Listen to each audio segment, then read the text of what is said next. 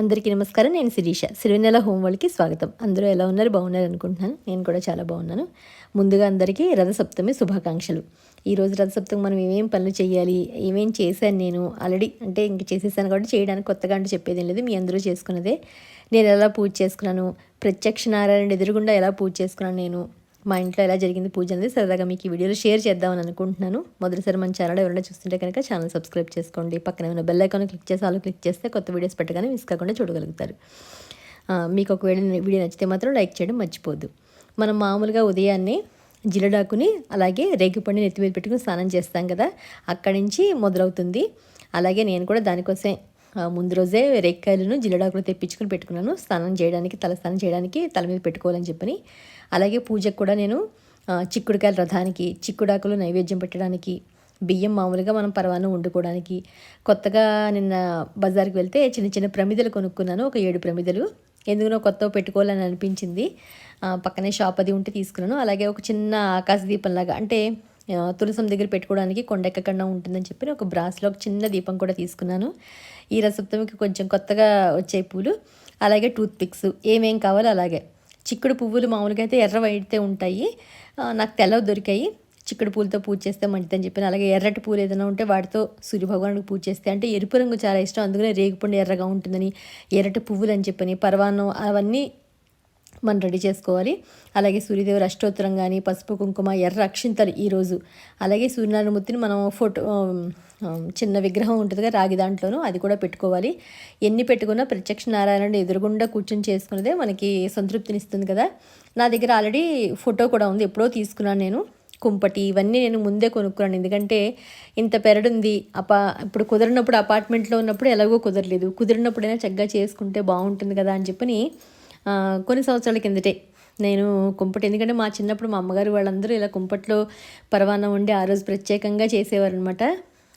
అవే నాకు కూడా చెయ్యాలి, అలాంటి ట్రెడిషన్స్ అంటే ఇష్టం అని చెప్పని నేను కూడా ఎప్పుడో కుంపటిది కొనుక్కుని ఆవు పిడకలు ముందుగానే అమెజాన్లో ఎక్కడో తెప్పించుకున్నాను, లేకపోతే ఎక్కడో తెప్పించుకున్నట్టున్నాను. అవన్నీ రెడీ చేసుకుని పెట్టుకున్నాను. అలాగే పూజకి ఏమేం కావాలి మొత్తం అన్నీ ప్లేట్లోకి అన్నీ ఒక్కొక్కటి చేర్చుకుని రెడీ చేసి పెట్టుకున్నాను. ఆవు పాలు మా పాలతనికి ముందుగానే చెప్పాను అనమాట, రేపు ఆవు పాలు కావాలి అని చెప్పని. చక్కగా సూర్యనారాయణమూర్తి ఫోటోకి ముందుగా మంచిగా శుభ్రం చేసి బొట్లన్నీ పెట్టి తులసమ్మ దగ్గరే, ఎందుకంటే ఈ పూజ మనం ఎక్కడ సూర్యకిరణాలు పడతాయో అక్కడ చేసుకోవాలి మనం. ఎందుకంటే డైరెక్ట్గా మన మీద సూర్యకిరణాలు పడాలి, మనం వండే నైవేద్యం మీద, మనం వాడే వస్తువుల మీద, అన్నిటి మీద సూర్యకిరణాలు పడితే అవి ఎంతో ఆరోగ్యాన్ని ఇస్తాయి మనకి. మనం కూడా ప్రసాదం తిన్న వాళ్ళ చిక్కుడాకుల్లో వాటన్నిటికీ ఒక వెనకాల సైంటిఫిక్ రీజన్, ఒక విశిష్టత ఉంది. అందుకనే అన్ని పూజలు మనం ఇంట్లో చేసుకున్నా, కొన్ని పూజలు మనం ఇప్పుడు పౌర్ణమి పూజలు, కొన్ని సాయంత్రం పూజలు అవి చేసుకుంటాం కదా అమ్మవారికి చంద్రోదయం వేళ, అలా కొన్ని చేసుకోవాలన్నప్పుడు సూర్యుడికి అంతే ఈ పూజ మనం అక్కడే చేసుకుంటాము. మంచిగా ఇత్తడి గిన్నెని శుభ్రంగా చేసుకుని దానికి చక్కగా పసుపు రాసి బొట్లది పెట్టుకున్నాను. అలాగే కుంపటిని కూడా కొంచెం పసుపు రాసి బొట్టది పెట్టుకుని రెడీ చేసుకున్నాను. ఆల్రెడీ పెద్ద ఆవు పిడకలు నేను ముందుగానే ఎప్పుడో కొనుక్కొని పెట్టుకున్నాను, ఎప్పుడైనా ధూపం వేసినా ఏదైనా ఉంటాయని చెప్పని. దానికోసమే చిన్నగా వాటిని చిన్న ముక్కలు చేసి కుంపట్లో మరి గిన్నె కూడా కూర్చోవాలి కాబట్టి చుట్టూరా మనకి ఎలా వీలవుతుందో గిన్నె పెట్టడానికి అలా అన్నట్టుగా మొత్తం అన్నీ నేను రెడీ చేసుకుని పెట్టుకున్నాను. మాకు ఉదయాన్నే సూర్యకిరణాలు చాలా బాగా వస్తాయి ఇంట్లోకి, చివరి బెడ్రూమ్ దాకా వెళ్తాయి. అంటే పెరట్లోంచి హాల్లోకి, డైనింగ్ హాలు, మామూలు హాలు, లోపల ఉన్న బెడ్రూమ్ లోపల కబ్బోర్డ్ దాకా వెళ్తాయి. ఒక్కొక్కసారి అలా ఆనందంగా అనిపిస్తుంది. అంటే సూర్యకిరణాలు ఏ ఇంట్లో అయితే పుష్కలంగా పడతాయో ఆ ఇంట్లో ఆరోగ్యంగా ఉంటారు. ఎందుకంటే సూర్యరశ్మి తగలాలి మనకి ఎంతో కొంత, మనకి తగలాలి, మన ఇంటి లోపల కూడా కిరణాలు వస్తే చాలా మంచిది అంటారు. ఏదో అదృష్టం వల్ల సూర్యకిరణాలు పడతాయి చక్కగా, వెనకాలంతా ఓపెన్గా ఉండడం వల్ల. అదిను గిన్నెని ముందు హారతి కర్పూరం అది వేసి వెలిగించి అప్పుడు ఇత్తడి గిన్నెలో పాలది పోసి మెల్లగా అవి కాగడానికి, ఎందుకంటే పెరట్లో ఎంత కాదన్నా డస్ట్ పడుతుందేమో అని చెప్పి మూత పెట్టి, ఈ లోపల మామూలుగా బియ్యం ఈరోజు ఏంటంటే కడగకూడదు, కొంచెం ఆవు నెయ్యి రాసి కలిపి పెట్టుకుని మనం గోత్రనామాలు ఒక్కొక్కరి పేరు చెప్పుకుంటూ వెయ్యాలి. పిల్లలు స్కూళ్ళు ఆఫీసులకు వెళ్ళిపోతారు కాబట్టి వాళ్ళ గోత్రం, అంటే మనందరిది ఒకటే గోత్రం చెప్పుకుని ఒక్కొక్కరి పేరు చెప్పుకుని 3 సార్లు వేస్తాం అనమాట. అందుకని ఈరోజు బియ్యాన్ని కడగకూడదు, కడగకుండానే ఆవు నెయ్యి రాస్తే అదే పవిత్రం అనమాట. రాసి నేను ఎంత కావాలో ఆ బియ్యం పక్కన పెట్టుకున్నాను.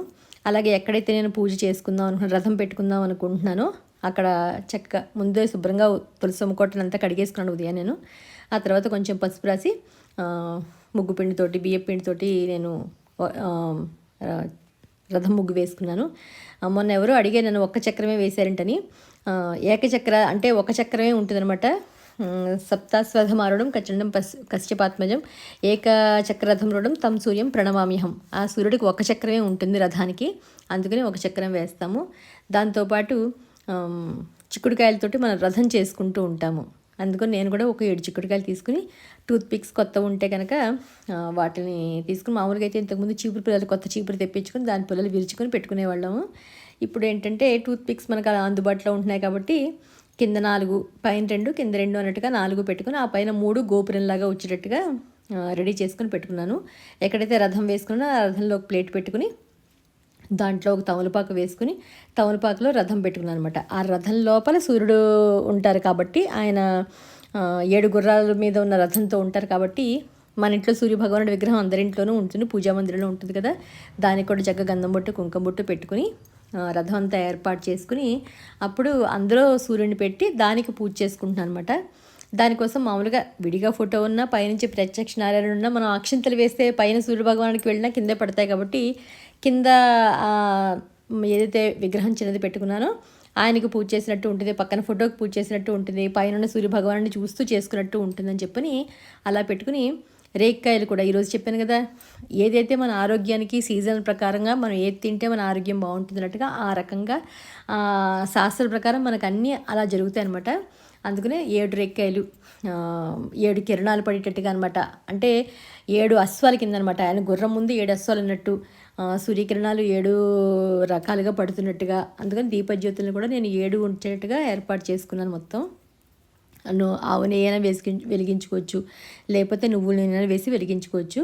ఇంకొక దీపం పెట్టుకున్నాను కదా, అందులో మాత్రం ఆవు నెయ్యిని వేసుకుని పెట్టుకున్నాను. మిగతా అన్నింటిలో నువ్వుల నూనె వేసుకుని దీపాలన్నింటిని రెడీ చేసుకున్నాను. అలాగే పసుపు గణపతిని, ఏ పూజ చేసినా మనం పసుపు గణపతిని శుక్లాంబరదనం చెప్పుకోవడానికైనా పసుపు గణపతి ఉండాలి కదా, అందుకని ఒక చిన్న పసుపు గణపతిని చేసుకుని ఆయనకు బొట్టు పెట్టి తమలపాకులో పెట్టి ఆయన కూడా పెట్టుకున్నాను, రెడీ చేసుకున్నాను. ఆ తర్వాత మొత్తం దీపజ్యోతులన్నీ చక్కగా వెలిగిస్తూ ఉంటాయి. లోపల మనకు పరవాన ఉడుకుతూ ఉంటుంది, అక్కడ ఆ పని అది అవుతూ ఉంటుంది, ఇక్కడ నేను పూజ చేసుకున్నట్టుగా ఉంటుంది. 2 ఒకటేసారి అవుతాయని చెప్పని ఈ లోపల పువ్వుల అలంకరణ తులసమ్మ కోటకి, అలాగే పక్కన ఉన్న మారేడు దళానికి వాటికి కూడా పువ్వులది అలంకరణ అది చేసుకున్నాను. కింద ప్రమిదల కిందేమో కొన్ని అక్షింతలు వేసుకుని రెడీ చేసుకున్నాను. ఈరోజంతా ఎర్రటి అక్షింతలతోనే పూజ చేయాలి మనం. ముఖ్యంగా మనం ఈ పూజ చేసుకోవడానికి ఏంటంటే ఆరోగ్యం, అందరికీ ఆరోగ్యం కావాలి. ఆరోగ్యమే మహాభాగ్యం. మనకి ఎంత ఉంది లేదనేది కాదు, అనారోగ్యంగా ఉంటూ ఎన్నాళ్ళు బతికినా అయ్యో అనిపిస్తూ ఉంటుంది మనకి.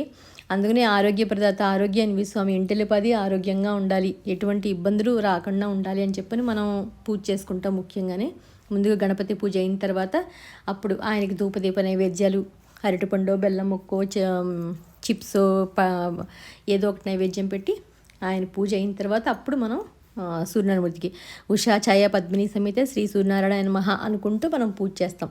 షోడశోపచార పూజ ఏదైతే ఉందో అది ఉషా ఛాయ పద్మిని సమేత శ్రీ సూర్యనారాయణ నమః సూర్యదేవాయ నమః అనుకుంటూ, లేకపోతే ఓం సూర్యదేవాయ నమః అర్ఘ్యం సమర్పయ, ఓం సూర్యదేవాయ నమః పాదయోపాద్యం సమర్పయామి, లేకపోతే ఉషా ఛాయ సమేత శ్రీ సూర్యదేవాయ నమః పాదయోపాద్యం సమర్పయామి అనుకోకుండా అలా పూజ చేస్తూ ఉండేసరికి టక్కన పాలు పొంగాయి.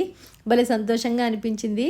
ఇంకొకసారి పొంగుతాయేమో, ఇంకో 2 సార్లు పొంగుతాయేమో అని వెయిట్ చేశాను తప్ప ఇంకా పైదాకా వస్తున్నాయి. పైగా పెరట్లో చాలా గాలి వస్తుంది అనమాట. గాలికి ఏంటంటే కొంచెం పొగ కింద వస్తుంది, తొందరగా మళ్ళీ ఆరుతుంది, విరుగుతుంది, అలా అవుతుందని చెప్పని పిడకలు కాలడానికి చాలా టైం పడుతుంది కదా, కానీ సెగ మాత్రం చాలా ఉంది. మెల్లగా భారద్వాజగోత్రస్య, మా వారి పేరు భారద్వాజగోత్రస్య శిరీష్ నామదేశి అని చెప్పిన అందరికీ, మా శ్రీకరు శ్రావణి అందరి పేర్లు చెప్పి 3 సార్లు మనం కొంచెం బియ్యం వేసి, తర్వాత మిగతా కుటుంబ సభ్యులు అందరూ ఆరోగ్యంగా ఉండాలి అని చెప్పని బియ్యం అంతా వేసి అప్పుడు మనం దాన్ని పరవాన ఉడికిస్తూ ఉంటాము. ఈ లోపల చక్కగా సూర్యకిరణాలు పడుతూ ఉంటే ఆ ప్రసాదం ఇంకా మరింత ఆరోగ్యంగా అనమాట. తింటే మనకేదో అమృతం తిన్నట్టుగా అనిపిస్తుంది చూసారా, అలా సూర్యకిరణాలు పడుతూ ఉంటే వండుతున్నట్టు అనిపించింది. ఇంతకన్నా ఏం కావాలి అన్నట్టుగా ఆనందంగా అనిపించింది అనమాట. ఆ తర్వాత సూర్యనారాయణమూర్తికి మామూలుగా ఏదైతే మనం ఉపచారాలన్నీ చేసుకుంటామో ఆ ఉపచారాలన్నీ ఒకటి తర్వాత ఒకటి చేసుకుంటూ పైన సూర్యదేవుడికి నమస్కారం చేసుకుంటూ కిందున్న ఈ సూర్యనారాయణమూర్తి కూడా పూజ చేసుకున్నాను. ఇప్పుడు చిన్నగా ఒక అష్టోత్తరం అది చూద్దాం.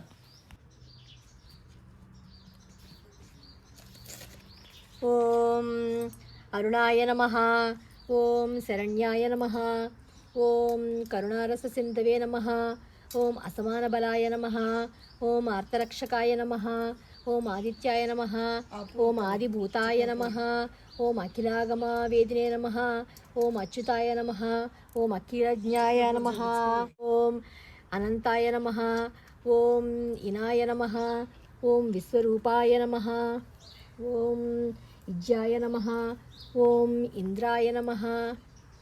ఓం భానవే నమః. ఈశాయ నమః. సుప్రసన్నాయ నమః. సుశీలాయ నమః. సువర్చసే నమః. సుప్రదాయ నమః. మసవే నమః. వాసుదేవాయ నమః. ఉజ్వలాయ నమః. ఉగ్రరూపాయ నమః. ఓం ఊర్ధ్వగాయ నమః. వినస్పతయ నమః. ఉజ్జకిరణాజాలాయ నమః. ఋషికేశాయ నమః. ఓం ఉజ్జ్వలాయ నమః. వీర్యాయ నమః. యజ్ఞాయ నమః. జయాయ నమః. వీర్యాయ నమః. యజ్ఞాయ నమః. జయాయ నమః. గురుద్వయా భావరూపాయుక్త సారథయ నమః. కానీ కొంతసేపు ఇలా పూజ చేసిన తర్వాత సూర్యకిరణాలు డైరెక్ట్గా పడి ఎండ కొంచెం చుర్రుమంటున్నట్టుగా అనిపించింది. అంటే కొంచెం ఎండగా అనిపించింది కదా. ఇవన్నీ చదువుకోలేని వాళ్ళైనా సరే ఆదిత్య హృదయం చదువుకోవచ్చు, లేకపోతే సూర్యాష్టకం చదువుకోవచ్చు. మా అమ్మగారు ఒకటి గ్రహమండల సూర్యస్తోత్రం అని చెప్పి ఒకటి పంపించారు, అది కూడా చదువుకున్నాను ఏదో వీలైనంతలోను. ఆ తర్వాత చిక్కుడాకులో చక్కగా స్వామివారికి ప్రసాదం నైవేద్యంగా సమర్పించాను, హారతి ఇచ్చాను. పూజ అయితే చక్కగా జరిగింది. అందులో ఈరోజు పూజ మీకు ఈరోజే పోస్ట్ చేసేయాలి, మీకు ఎలా పూజ చేసుకున్నానో షేర్ చేయాలనిపించింది.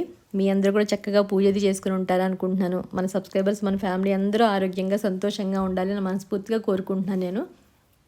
ఇది తర్వాత తాంబూలం అది పెట్టి మిగతా ఉపచారం చేసి మొత్తానికి ప్రసాదం అయితే తిన్నాను. చాలా బాగా అయింది పూజ దీను.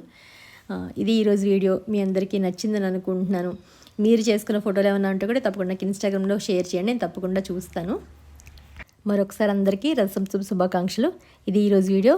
మళ్ళీ ఒక ఇంట్రెస్టింగ్ వీడియోతోటి మిమ్మల్ని అందరినీ కలుస్తాను. అంతవరకు బాయ్.